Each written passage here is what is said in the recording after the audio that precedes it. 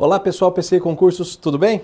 Vamos continuar estudando o direito das sucessões e vamos continuar por esse assunto muito interessante que é a indignidade. Indignidade que era a expressão do antigo código e agora a gente vai falar pelo novo código sobre a denominação de excluídos da sucessão. Quem são aqueles que deverão ser excluídos do direito de serem herdeiros por conta de alguma barbaridade que fizeram? O artigo 1814 é que trata disso. O artigo 1814 determinará então: são excluídos da sucessão os herdeiros ou legatários que houverem sido autores, coautores ou partícipes de homicídio doloso ou tentativa deste contra a pessoa de cuja sucessão se tratar, o próprio morto, seu cônjuge, companheiro, ascendente ou descendente. Aqueles que houverem acusado caluniosamente em juízo o autor da herança, falecido, ou incorrerem em crime contra a sua honra ou de seu cônjuge ou companheiro, aqueles que por violência ou meio fraudulentos inibirem ou obstarem o autor da herança de dispor livremente de seus bens por ato de última vontade. Isso não se confunde com a deserdação. A deserdação se dá por testamento. É uma cláusula testamentária que também precisa de motivo justificável, hoje cada vez mais limitado esse motivo justificável, porém a deserdação é por cláusula testamentária. A exclusão da sucessão do artigo 1814 é automático. Aliás, não tão automático assim porque precisará de uma sentença judicial. Decorre de lei, melhor dizendo. As hipóteses da exclusão de sucessão decorrem de lei. E vamos analisar todas, principalmente essa primeira aqui. Aliás, vamos até inverter a ordem. Se eu inibir o meu pai de fazer o seu testamento, tentei manipulá-lo, enganá-lo, forcei-o a ser herdeiro, deixarei de ser herdeiro. É o famoso venire contra factum proprium. Ninguém pode beneficiar-se da sua própria torpeza. Caluniei meu pai. Não apenas o meu pai, mas também caluniei a minha madrasta, a mulher do meu pai, a minha mãe, evidentemente. Estou excluído da sucessão dele. Agora, principalmente aqui, ó. São excluídos da sucessão os que houverem sido autores, coautores ou partícipes de homicídio doloso. O homicídio tem que ser doloso. O exemplo típico disso é da Susana Richthofen. A Susana Richthofen mata os pais e assim, ao agir assim, ela está excluída da herança do direito de ser herdeira. Ela passa a ser excluída do direito de sucessão por força de lei, mesmo que não existisse uma cláusula testamentária nesse sentido. Porém, olha só, o crime tem que ser doloso. Eventualmente eu saio para passear com meu pai de carro, capoto o carro por uma curva que eu fiz de forma imprudente e ele vem a falecer. O homicídio em tela é culposo. Se é culposo, eu não deixei de ser herdeiro dele. Há de se ter, portanto, homicídio doloso. Porém, os efeitos da exclusão da sucessão não são automáticos. Não serão automáticos. É necessário uma sentença que declare o indivíduo excluído da sucessão. E não basta a condenação criminal. Não basta a sentença criminal. Tem de existir uma ação civil, cujo fundamento está no artigo 1815 do Código Civil. O herdeiro interessado tem de promover uma ação civil de exclusão da sucessão. Valendo-nos do exemplo da Susana Richthofen, quando ela mata os pais e foi condenada por isso, ela deixou um irmão ainda menor como o único herdeiro, junto com ela. Esse menino, ao que se sabe, promoveu uma ação de exclusão da sucessão contra a Susana Richthofen. E basicamente o argumento deve ter sido esse: senhor juiz, minha irmã está condenada pelo homicídio dos meus pais, o homicídio doloso. Assim quero que se aplique a pena do artigo 1814, inciso 1. O juiz civil, na sentença civil, exclui-a da sucessão sob o argumento de que ela promovera como autora, aliás, ela foi coautora do crime, né? Ela foi partícipe do crime, na verdade, né? Foi partícipe do crime. Como partícipe do crime, ela estaria excluída do direito de ser herdeira. Porém, reitere-se, o efeito dessa exclusão da sucessão não é automático. É necessário uma sentença civil que assim reconheça. Se o herdeiro não promover essa ação, se o outro herdeiro interessado não promover essa ação em até 4 anos, caduca-se o direito de se excluir da sucessão quem tenha praticado quaisquer desses atos. E então, ela se torna mesmo assim, essa pessoa se torna mesmo assim herdeira. Na sequência, gente, vamos falar agora de vocação hereditária, e esse assunto é bem complicadinho, bem complexo, e eu peço que vocês prestem mais do que a costumeira atenção, por favor. A vocação hereditária nada mais é do que se estabelecer quem são os herdeiros. quem são os herdeiros dentro de uma multiplicidade de potenciais herdeiros. E assim nós temos que levar em conta duas perspectivas bastante importantes.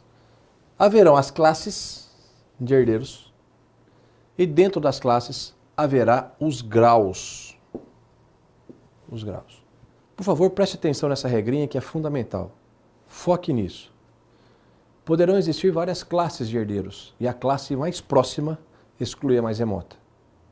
E dentro da classe, o grau mais próximo exclui o mais remoto. A classe mais próxima exclui a mais remota e o grau mais próximo exclui o mais remoto. As classes são os descendentes, ascendentes, cônjuges, colaterais e, ao final, o Estado.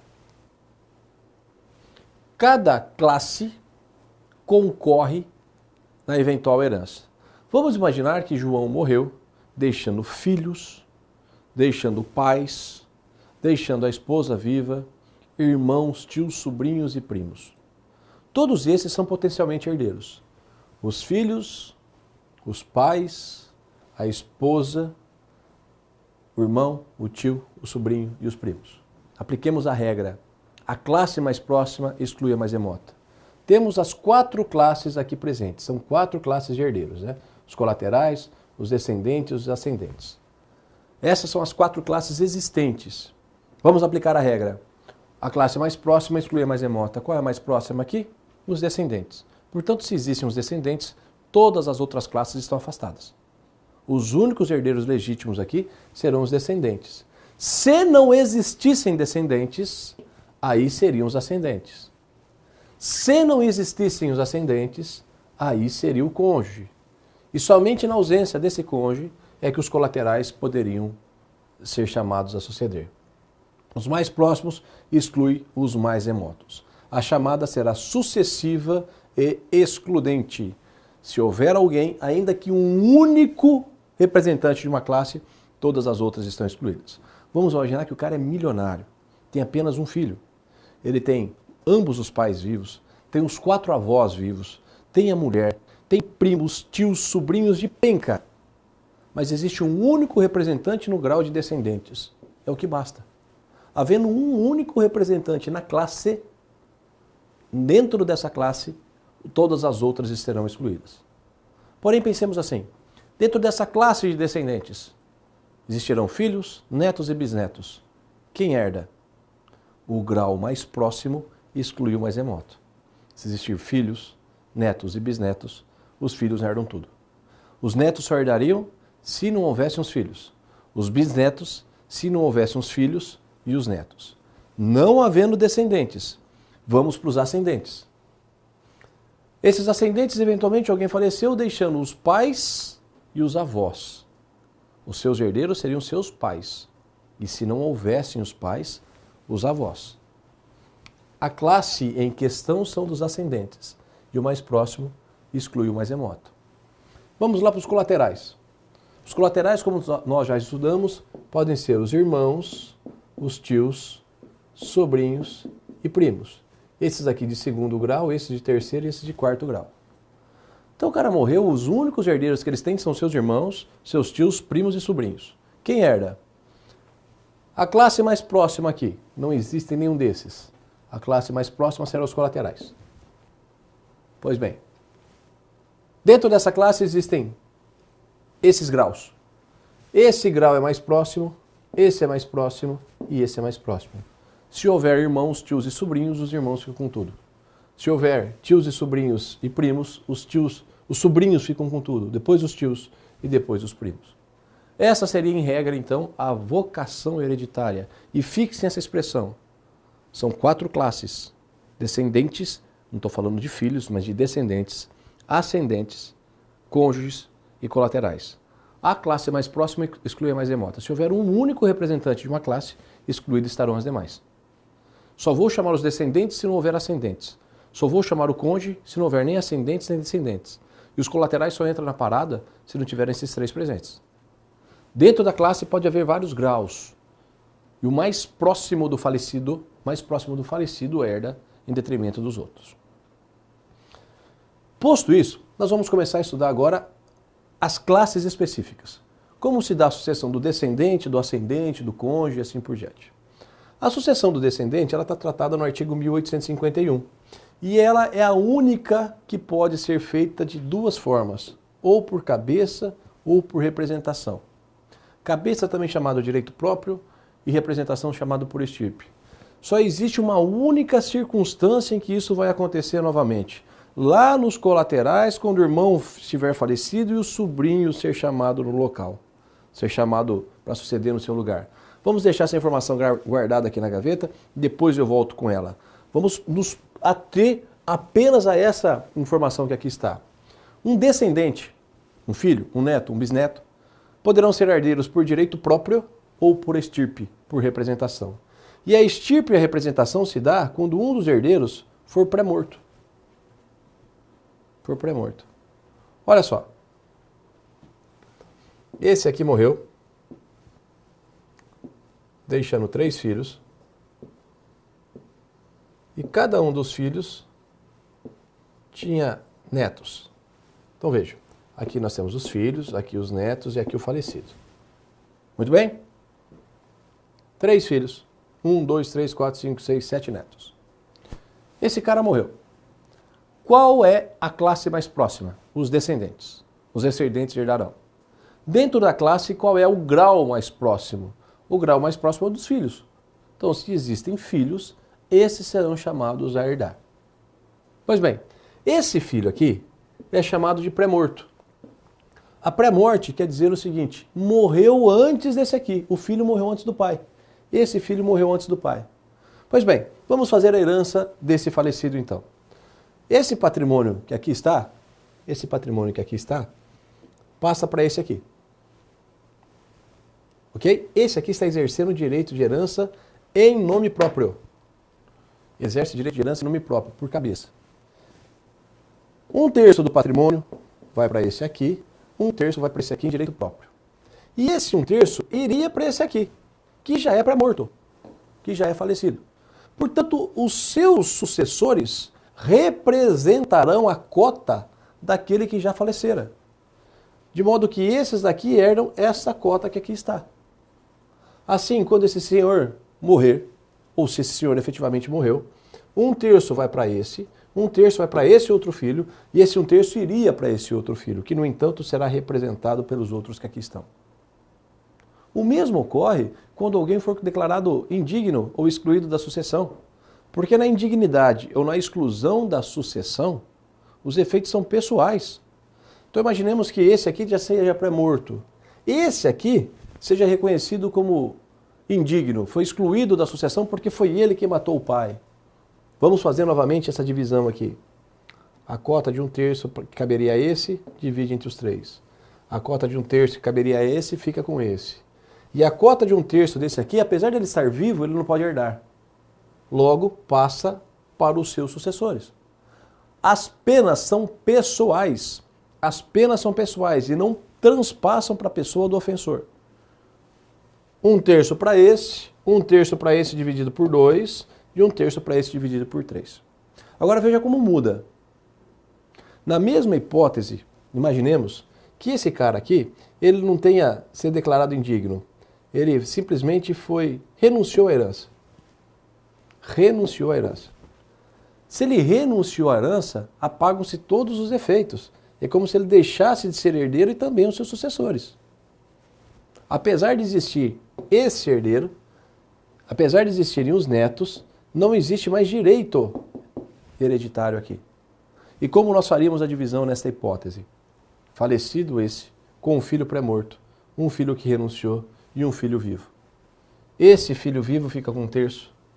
Desculpa, esse filho vivo fica com a metade do patrimônio, fica com a metade agora, e essa outra metade do patrimônio será dividida entre os 3 filhos que aqui estão, entre os 3 netos que aqui estão.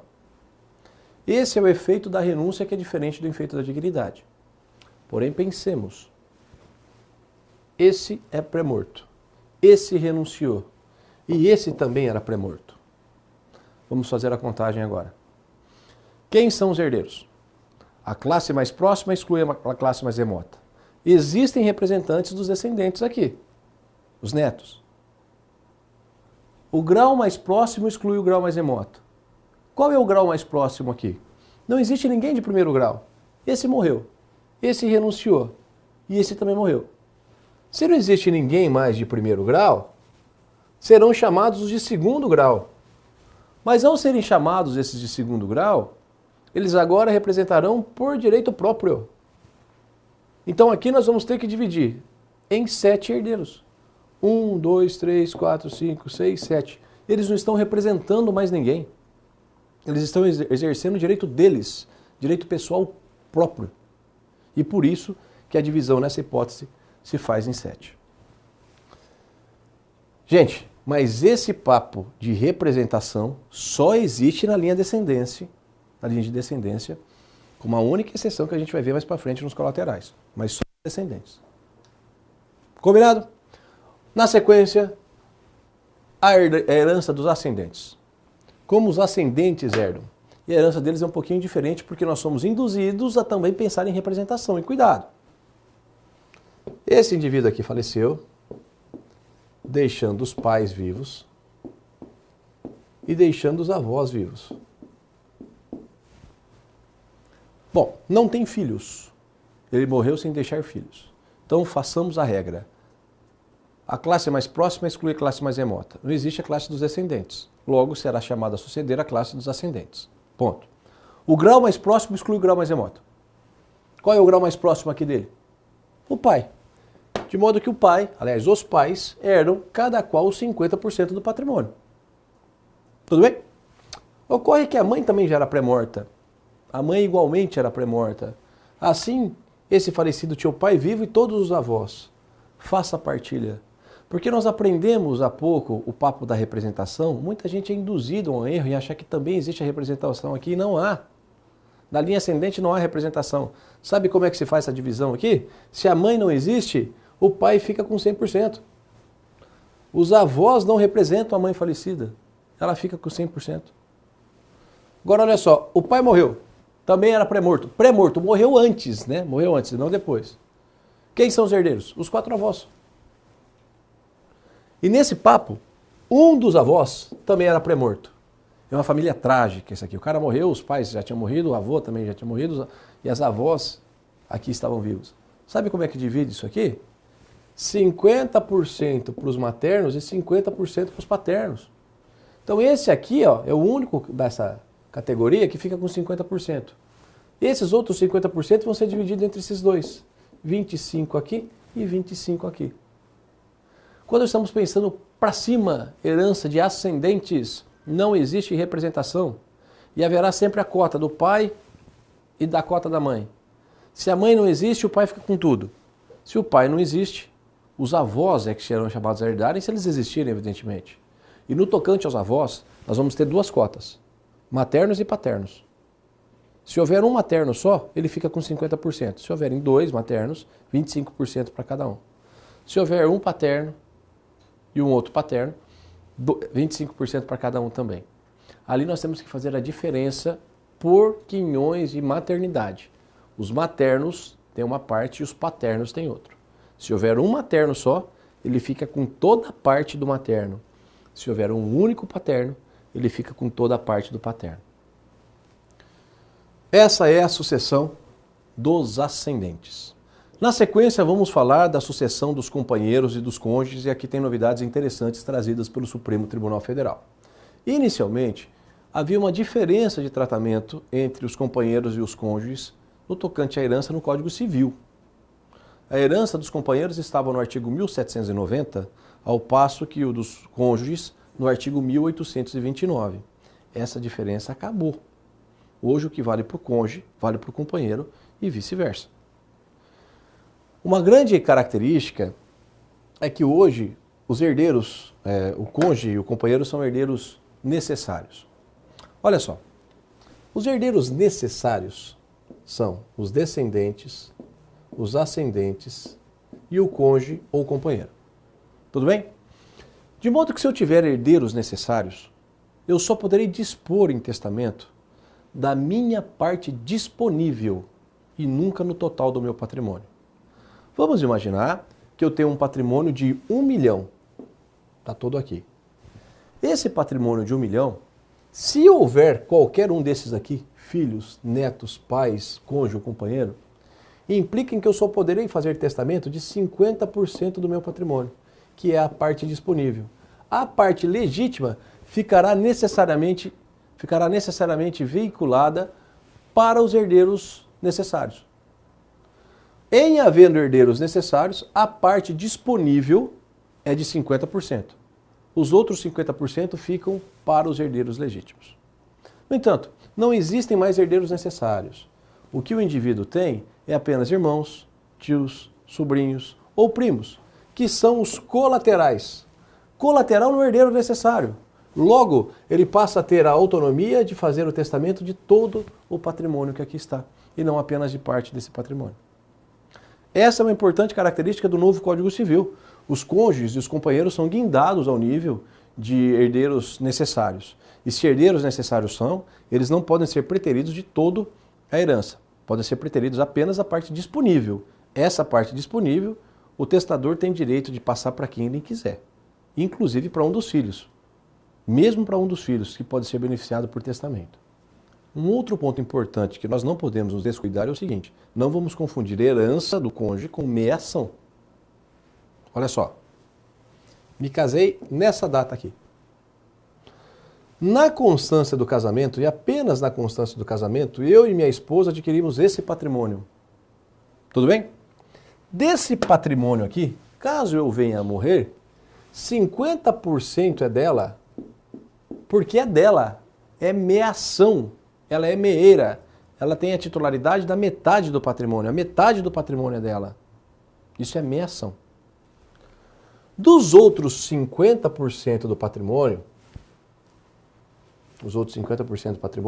que correspondem aos meus 100%, o meu 100% é 50% do patrimônio, tá claro? Patrimônio é tudo isso aqui. Agora, os meus 100% é a metade de todo o patrimônio.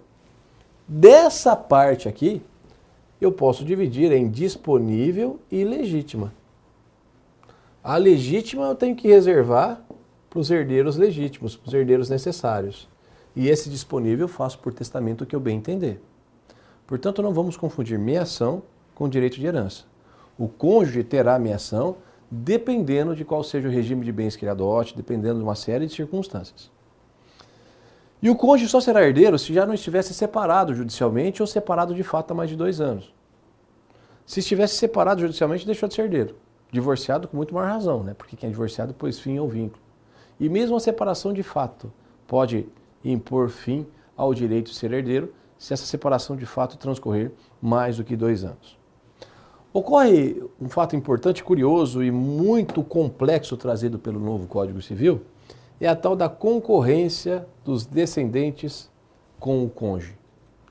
Quando hoje alguém falece, deixando esposa e filhos, antes ficava muito claro, a esposa teria direito à meação da parte que lhe cabe pronto. Hoje, basicamente, será assim. A esposa terá direito de meação e aonde ela não tiver meação, ela tem direito de herança. Quer ver? O artigo 1829 do Código Civil determina a concorrência entre cônjuges, por extensão companheiros, com os descendentes, com os filhos e com os netos, na seguinte proporção. Se a mulher estiver casada no regime da comunhão universal, ela não concorre, porque ela já é herdeira de tudo. Olha só, o patrimônio é desse tamanho aqui. Ela já tem a meação de tudo, porque é comunhão universal, né? 50% é dela por meação. Então a herança é só dos demais herdeiros. Se ela estiver casada pelo regime de separação obrigatória, ela também não concorre. Porque o que for do marido, o que for dela é dela. Se ela estiver casada no regime de aquestos, ela concorre. Na de separação convencional, ela concorre. E na comunhão parcial, que é onde mais pega, ela não concorre se houver deixado apenas bens particulares. Pessoal, é claro que essas informações agora ficaram um pouco vagas, um pouco superficiais, e nós vamos depois trabalhar com vocês alguns esqueminhas para explicar melhor esse slide que aqui está, essa página que aqui está, ok?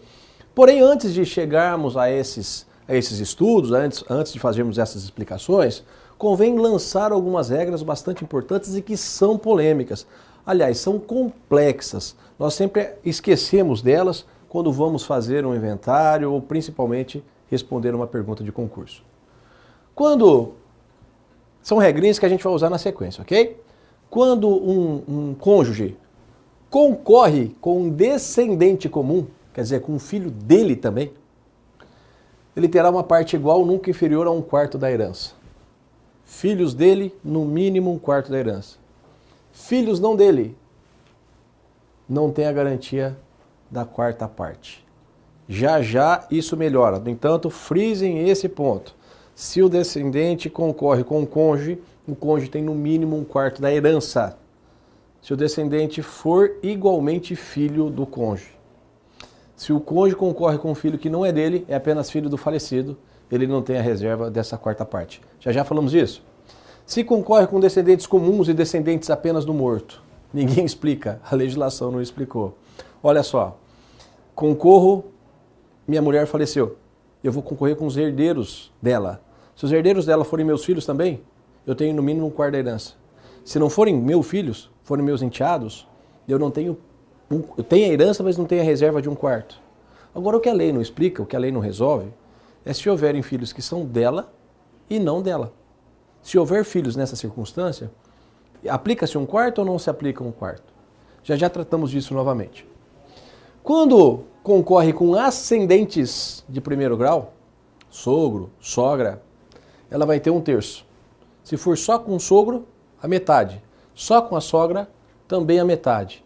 E com qualquer outro ascendente, ela terá sempre a metade. Confuso, complexo, mas vamos tentar melhorar isso aqui agora, fazendo bastante desenhos que aqui estão. Vamos imaginar que João era casado com Maria e comprou uma casa antes de se casar. João tinha uma casa antes de se casar e tinha uma fazenda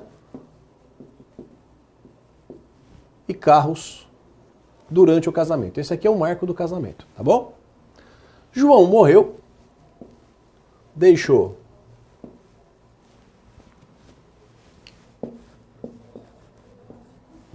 pais, deixou filhos, deixou netos e deixou a esposa. Vamos fazer a concorrência, vamos fazer a herança desse casal. João morreu. Tem pais, filhos, netos e a esposa. Bom, o regime que nós vamos... Primeiro regime que tem que ser levado em consideração. Imaginemos que o regime seja da comunhão universal de bens. Se o regime da comunhão universal de bens implica em dizer que a mulher tem meação de tudo. A mulher tem a meação do patrimônio durante o relacionamento e do patrimônio anterior ao relacionamento. Logo, ela tem 50% de tudo. Os outros 50% são dos herdeiros. Classe mais próxima, filhos. Grau mais próximo, filhos. Eles herdam. Se o regime é de separação obrigatória, a mulher só tem direito daquilo que estiver no nome dela. Se nada aqui está no nome dela, ela não tem nem meação nem herança. Porém, no regime da comunhão parcial, ela terá a meação dos bens adquiridos durante o relacionamento e será herdeira dos bens particulares. Traduzindo, da casa e dos carros e da fazenda, ela tem meação, né? Porque foi adquirida na constância do casamento. Ok? Então aqui ela tem a meação, 50%. E os outros 50% de quem são? Dos herdeiros. No caso, dos 3 filhos. 50% de herança, 50% de meação dela e 50% de herança. Muito bem. Ocorre que da fazenda anterior ao casamento, ela não tem meação. Porque o bem foi adquirido anteriormente ao casamento. Se ela não tem a meação, aquela é herdeira. E ela herda concorrendo com os demais descendentes. Então, no caso da casa, ela vai concorrer com os filhos que aqui estão. Portanto, aquela casa vai dividir em 1, 2, 3, 4 partes, das quais ela tem uma 4ª parte. Imaginemos, no entanto, que houvesse aqui vários outros filhos. São 5 filhos e mais ela. 50% da meação dela, 50% da herança dos 5 filhos. E aqui, Aqui nós teremos que saber se os filhos são dela ou não são dela. Se os filhos forem dela, ela terá no mínimo 1/4 da herança. Portanto, ela ficaria com 1/4 dessa herança e os outros 3/4 seriam divididos entre os 5 filhos. Porém, se os filhos não forem dela, imaginemos que ela seja a segunda esposa e todos esses filhos sejam do primeiro casamento. Todos os filhos não são dela. Ela é herdeira sem o direito desse 1/4. Só existe a reserva desse 1/4, no mínimo, não é, pensem, não é cota fixa, é cota mínima. É cota mínima. Só essa cota mínima de 1/4 se os filhos forem todos dela. Se os filhos não forem dela, não existe a reserva desse 1/4. E a pergunta que vai surgir, e se existir filhos dela e não dela? Há doutrinas e jurisprudências das mais variadas. As posições ainda não estão muito claras, mas a tendência é que nós devemos em conta qual o maior número de filhos. Se o maior número de filhos for dela, a gente aplica 1/4. Se o maior número de filhos não for dela, a gente não aplica esse 1/4. E se o número de filhos for idêntico, existem 2 filhos dela e 2 filhos não dela que são herdeiros pelo falecimento do seu anterior esposo, a regra é que, segundo alguns, tem que se beneficiar a esposa, reservado 1/4, e segundo outros, tem que se reservar a parte dos herdeiros, ela não teria o mínimo 1/4. Vale dizer, ainda não temos solução para a questão. A lei não foi feliz, deixou lacunosa a questão, há uma anomia clara, uma falha clara da legislação, e as posições, tanto da jurisprudência quanto da doutrina, são bastante conflitantes. Na minha realidade de escritório, por exemplo, eu tenho decisões de juízes em situações assim, totalmente díspares. Uns que mandam reservar 1/4 para a esposa, quando existem filhos dela e não dela, e outros que mandam não reservar 1/4 para a esposa, quando existirem filhos dela e não dela. No entanto, quando alguém falece não tendo filhos, deixando pais e a esposa, a concorrência se dá da seguinte forma. Independentemente do regime de bens, e aquilo pouco importa se é comunhão parcial ou comunhão universal, a regra será essa aqui. Imaginemos que na constância do relacionamento foi adquirido esse patrimônio que aqui está. A mulher, onde for herdeira, não será meeira, e onde ela tiver a meação, ela não herdará. Então, nesta hipótese, ela tem 50% por meação. Os outros 50% serão destinados aos ascendentes. Porém, dos bens que ela não tiver meação, ela é herdeira. Aqui se deu o casamento. Na constância do casamento, houve aquisição desse patrimônio, 50% da meação, falecido o marido, os pais herdam toda a outra parte. Patrimônio havido antes do relacionamento. Ela não tem a meação. Porque ela não tem a meação, é que ela é herdeira. Ela passa a ser herdeira. E ela concorre com os ascendentes na proporção de igualdade. Existem 2 pais e ela, pai mais a mãe mais o cônjuge, divide por 3. 1/3 para cada um. O pai já era pré-morto. Ela e a mãe dividem a metade. Não tem maiores segredos. Agora, o pai e a mãe já eram pré-mortos. E existem os 4 avós vivos. Os 4 avós estão vivos. Ela tem a metade e os avós têm a outra metade. Quando concorrer pai, mãe e cônjuge, o cônjuge fica com 1/3. Ó, a conta, 3. O pai morreu, a mãe e o cônjuge dividem esse valor. Ok?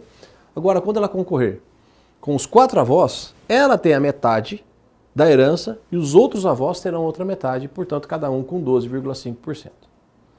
Esta é a concorrência entre ascendentes e descendentes extremamente polêmica, extremamente complicada, por isso que eu reporto a vocês a leitura da nossa apostila. Lá tem informações mais detalhadas sobre isso. É fundamental que vocês a leiam. E para encerrarmos, a concorrência dos colaterais. Alguém morreu sem deixar descendentes, ascendentes, cônjuge, há apenas irmãos, tios, sobrinhos e os primos.